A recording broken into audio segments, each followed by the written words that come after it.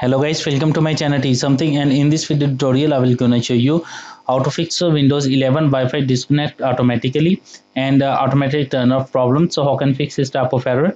Let's get started. Before starting off the video, I humbly request you please subscribe my YouTube channel for more updates. So let's start. Okay guys, the first method is that first of all in the search box type a control panel,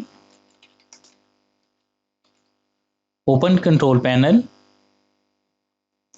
click on network and internet, click on network and sharing center, click on change adapter settings, select a Wi-Fi adapter which is used to connect your internet, right click, go to your properties, click on config, go to your power management, uncheck the allow the computer to turn off this device to save power, click OK and close it.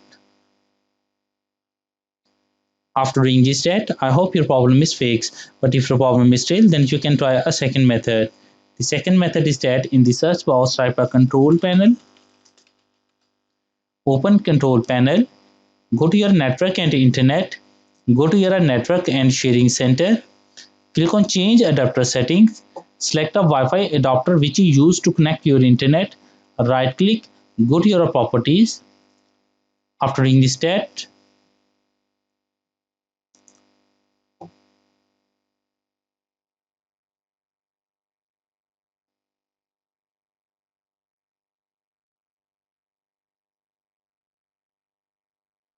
click on configure, go to your driver, click on update driver, click on search automatic driver, click on search from window for updated driver or Windows update. If any updates are available and pending for installing, then click on install now and install all the pendings updates.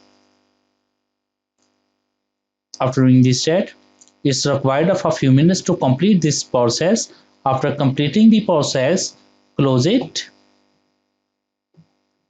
and restart your computer, and I'm sure that after restarting your computer your problem is fixed. I hope this video is helpful for you. Thanks for watching and please subscribe my YouTube channel.